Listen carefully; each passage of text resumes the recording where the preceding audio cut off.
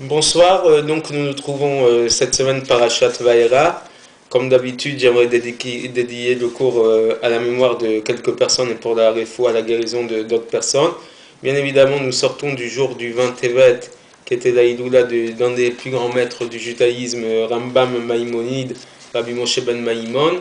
Nous rentrons ce soir dans le 21 Tevet, qui est la Hidoula d'un très grand tzaddik d'origine tunisienne, mais très reconnu dans le monde entier. C'est Rabbi Matzilach Mazouz, qui a même écrit, qui est un expert de la grammaire de judaïsme, puisqu'il y a un sidour qui porte son nom, Ish Matzliach, il y a Tikkun Sofrim, donc un livre de cantillation des Ta'amim de Paracha, qui est un des plus complets qui existe, qui porte aussi son nom, Ish Matzliach. Donc c'est ce soir la idola de ce grand tzaddik, de ce géant de la Torah véritablement. Et pour des personnes qui nous ont quittés, que j'ai connues pour certaines, et d'autres à qui je voudrais dédier le cours. La première personne, c'est Madame Simone Mechabadjuli, dont seront commémorés les premiers 11 mois en fin de semaine. La deuxième personne, on a commémoré hier soir les Shiva, et je fais un petit coucou à ses enfants, Chaya Bat Meisha. Troisième personne, c'est le père d'un ami de ma communauté, dont c'est cette semaine aussi la fin de l'année de deuil, Moshe Ben Drifa. La quatrième personne, et j'aimerais passer un coucou à sa fille Paola Simcha, qui est une très bonne amie de Facebook et qui est elle-même une personne qui chaque semaine pose des questions sur la paracha de la semaine. Et c'est donc en milieu de semaine l'anniversaire de la disparition de son père, Chaim Moshe Ben Raphaël. En début de semaine prochaine sera la Hidoula du père d'un ami, Moshe Ben Ayush. Et enfin, trois personnes de la même famille. Donc pour certains, on va demain commémorer pour l'épouse les Shiva. Demain soir, c'est Taïta Bat Kamara. Son époux, ça sera aussi dans la même semaine l'anniversaire de deuil. Ça fait plusieurs années déjà qu'il nous a quittés, c'est Messaoud Ben Yaakov à Cohen. Et enfin, son frère dont on a fait l'enterrement aujourd'hui, Fradji Ben Yaakov à Cohen. Pour ce qui est des refouot, les guérisons, j'aimerais dédier ce cours pour la guérison d'un très bon ami, Moïse Ben Abraham. Évidemment, pensez à mon père et mon oncle David Ben Rachel et Yehuda Ben Rachel. La tante de notre ami Serge, Tounachem Labat Esther, Eliaou Ben Shelomo, Esther Ben Rachel, qui est la maman de Serge, son père Shalom Ben Abraham, un ami Mike Meir Chaim Ben Simcha, l'oncle de Serge Chamous Ben Rachel, et enfin la femme de mon ami de la communauté, Chaya Ben Rachel. À toutes ces personnes, bien évidemment, je souhaite qu'Akadosh Baruch Hu leur accorde une bonne guérison pour qu'ils puissent encore nous accompagner pendant encore longtemps. Donc j'aimerais dédier donc la paracha de la semaine, c'est la paracha de Vaera. Et déjà dans le nom de la paracha, on peut avoir un petit aperçu du contenu de la paracha, puisque le mot Vaera, les deux premières lettres du mot Vaera, c'est un Vav et un Aleph. Et lorsqu'on prend la guématrie à valeur numérique de ces deux lettres, Vav ça fait 6, et Aleph, 1 ça fait 1, donc 6 plus 1 ça fait 7. Ça représente les 7 premières plaies qu'Akadosh Baruch Hu va apporter en Égypte. Les 3 dernières, on les verra dans la paracha de la semaine prochaine, qui est la paracha de Bo. Bo, c'est Bet Aleph, 2 et 1, 3. Donc, même dans le nom de la paracha, vous avez aussi une allusion aux 3 dernières plaies d'Égypte que l'on verra la semaine prochaine. Mais en plus de fait donc d'avoir cette idée des 7 premières plaies d'Égypte, lorsqu'on voit le mot Vaera, ça compose aussi les mots Or, la lumière, Aleph, Aleph c'est 1, c'est l'unicité de Dieu, l'unicité du monde, donc Akadosh Baruch Hu, la lumière infinie de Dieu telle qu'elle va se révéler en Égypte. Et finalement, dans cette paracha, j'aimerais voir avec vous 2 sujets essentiels de ce qu'est la vie de l'homme, à savoir la valeur des anciens, des personnes âgées. Et la deuxième chose, c'est la valeur de la gratitude ou le défaut de l'ingratitude. J'explique. Donc, nous avons terminé la première paracha du deuxième livre de la Torah Shemot par un argument que Moshe Rabbeinu a apporté vers Akadosh Baruch Hu, puisque Hachem s'est révélé dans le buisson ardent, comme je l'ai mentionné dans la paracha de la semaine dernière, donc pour montrer à Moshe Rabbeinu que sa mission serait de libérer le peuple d'Israël. Au moment où donc il a été voir le pharaon pour lui dire « Sache que Dieu, le Dieu d'Israël, a prévu de libérer le peuple d'Israël », Pharaon, qu'est-ce qu'il a fait à ce moment-là? Il a alourdi le travail sur la communauté. Il a dit apparemment les enfants d'Israël n'ont pas assez de travail, donc c'est pour ça qu'il vous a envoyé de la part de Dieu pour les libérer. Donc jusqu'à présent, on leur donnait de la paille pour faire les briques, d'accord? Maintenant, il faudra qu'ils aillent chercher eux-mêmes la paille pour travailler la terre. Et donc, quand Moshe Rabbeinu et Aaron se sont présentés vers le représentant de la communauté pour les voir, les représentants de la communauté ont dit à Moshe Rabbeinu, par ta mission, non seulement on n'a pas été libéré d'Égypte, mais on nous a alourdi en plus ce travail. Et Moshe Rabbeinu donc a été voir Akadosh Baruch Hu, il lui a dit, voilà, non, tu ne les as pas libérés, en plus ils ont plus de travail. Donc c'est une forme d'accusation que Moshe Rabbeinu a apporté contre Hachem.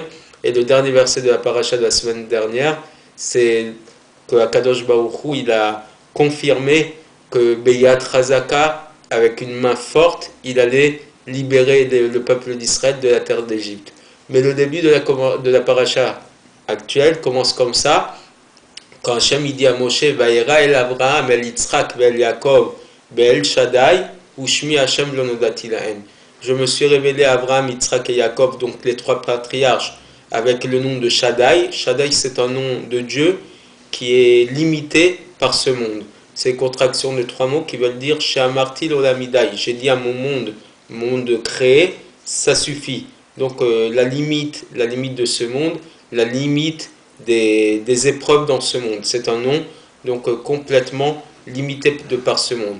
Alors que le nom d'Hachem, Yud Kevavke, je ne me suis pas fait connaître Dieu d'eux par ce prénom-là. Donc ce nom de Dieu qui est un nom qui transcende les mondes, un nom qui est au-dessus de ce monde ici-bas, je ne me suis même pas révélé aux patriarches par ce nom-là, et malgré tout, ils n'ont jamais remis en cause tout ce que je leur ai imposé, toutes les épreuves que je leur ai mis. Alors que toi, Moshe Rabbeinu, c'est vrai que je t'envoie comme pour mission de libérer le peuple d'Israël, et déjà tu viens m'accuser, tu viens avec des arguments contre mes actes, comme si que je ne suis pas capable de savoir, d'anticiper l'avenir, d'anticiper ce que Pharaon va vouloir, et donc de quel droit tu remets en cause mon acte. Et finalement, c'est une manière de nous dire quelque chose. Nous, dans nos générations, la génération actuelle, quelque part, on est tout le temps en train de tout remettre en cause. Nous avons certaines facilités de par la modernité. Nous avons des choses qui se passent beaucoup plus facilement, comme je disais à certaines occasions, au lieu d'aller voir les livres de Torah pour retrouver des références à certaines choses.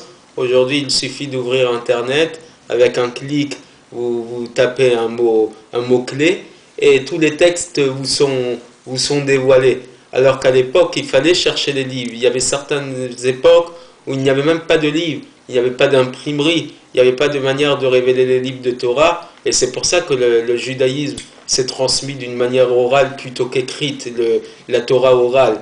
Et donc finalement aujourd'hui, de par la facilité des choses, on est en train de tout remettre en cause. Alors que les anciennes générations, donc représentées par des patriarches, Abraham, Yitzhak et Yaakov, ils n'ont pas eu beaucoup d'outils devant eux, et malgré tout, ils acceptaient beaucoup plus de choses que nous.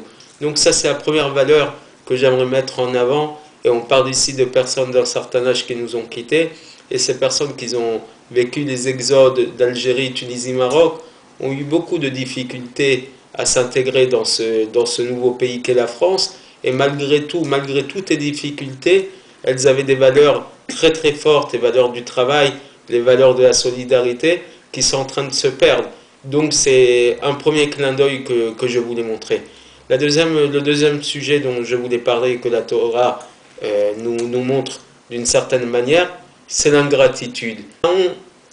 Au moment où Moshe Rabbeinu vient voir Paro pour lui dire « Je suis envoyé par Hachem » et c'est Hachem qui a décidé de libérer son peuple d'Israël, Pharaon a une parole très dure. « Mi Hachem asher eshma bekolo » Qui est ce Dieu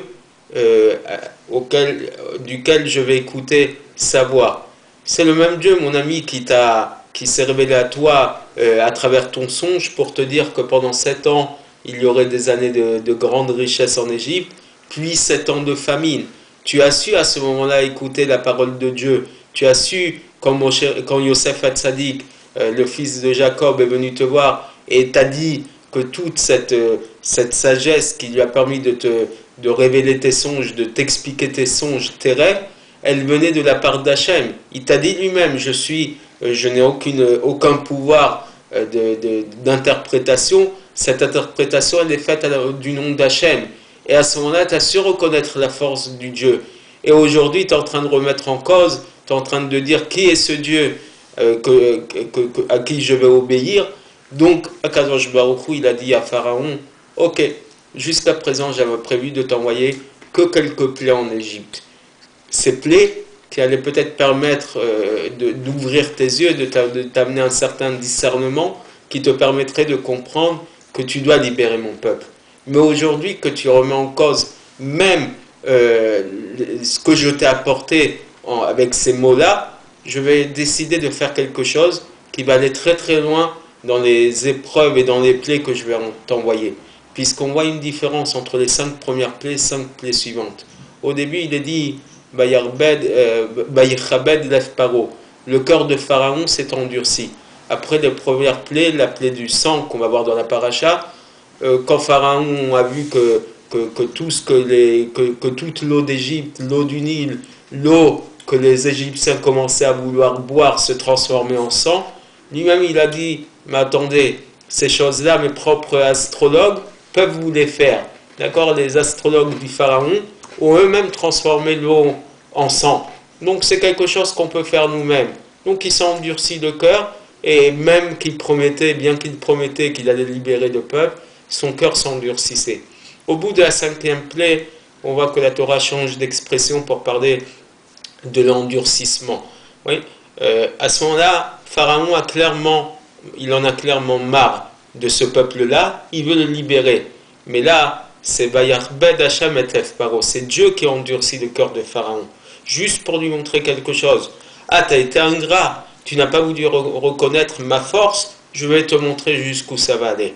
Et les dernières plaies vont être tragiques pour l'Égypte, puisque la plaie de Rocher, d'obscurité, va permettre à Israël de prendre toutes les richesses matérielles de l'Égypte. Et la dernière plaie, la plaie des premiers-nés, va engendrer une guerre fratricide dans ce pays, au point que les béné Israël ne vont pas devoir combattre l'Égypte. Ça va être les Égyptiens eux-mêmes qui vont se combattre. Les premiers-nés d'Égypte vont aller combattre leur aîné, et la moitié, sinon voire une très grande partie du peuple va être détruite par ce biais-là. Et enfin, la dernière destruction va se faire par la traversée de la mer, au moment de Kriyat Yam-Souf, donc où Dieu va ouvrir la mer des joncs pour faire passer Israël. À ce moment-là, les Égyptiens eux-mêmes vont se noyer dans cette eau-là. Donc, ce sont deux valeurs que j'ai tendance à penser qu'on est en train d'oublier, la valeur de l'ancienneté des anciens, la sagesse de ces anciens qu'on ne veut plus écouter, et surtout l'ingratitude pour ceux qui nous ont apporté du bien. Il y a plein de personnes qui nous font du bien, mais dès que des choses s'arrangent, on les oublie. On ne se rappelle plus de ce que du bien qu'ils nous ont apporté, et on continue notre vie, et on n'a même pas de raison de ne pas les remercier, mais naturellement on les oublie. Et cette ingratitude est quelque chose qui fait que, à la finale, on peut même oublier Dieu. On peut même oublier qu'Akadosh Baruch Hu, c'est lui qui nous donne tout ce qu'on a, qui nous donne toute la force pour supporter cette vie et continuer à vivre cette vie. Et finalement, il faut, à travers cette paracha, on peut pousser ce coup de gueule pour montrer à chacun quelle gentillesse et quel remerciement il faut apporter à ceux qui nous apportent. Et qu'Akadosh Baruch Hu, j'espère que dans cette période de grande obscurité, nous sommes dans la semaine où chez les Goïms, ils fêtent des fêtes qui sont pas très en rapport avec le judaïsme, d'accord, des fêtes qui sont très importantes pour eux, mais qui pour nous représentent des choses pas toujours très favorables. Donc c'est un moyen aussi de montrer qu'on remercie Akadosh Baruch Hu pour tout le bien qu'il nous fait jour et nuit, à chaque instant de notre vie, mais aussi ne pas oublier nos amis et même les étrangers qui nous font du bien, et toujours avoir une valeur de gratitude et de remerciement pour le bien qu'ils nous ont apporté dans des moments difficiles. Shavua Tov et à la semaine prochaine.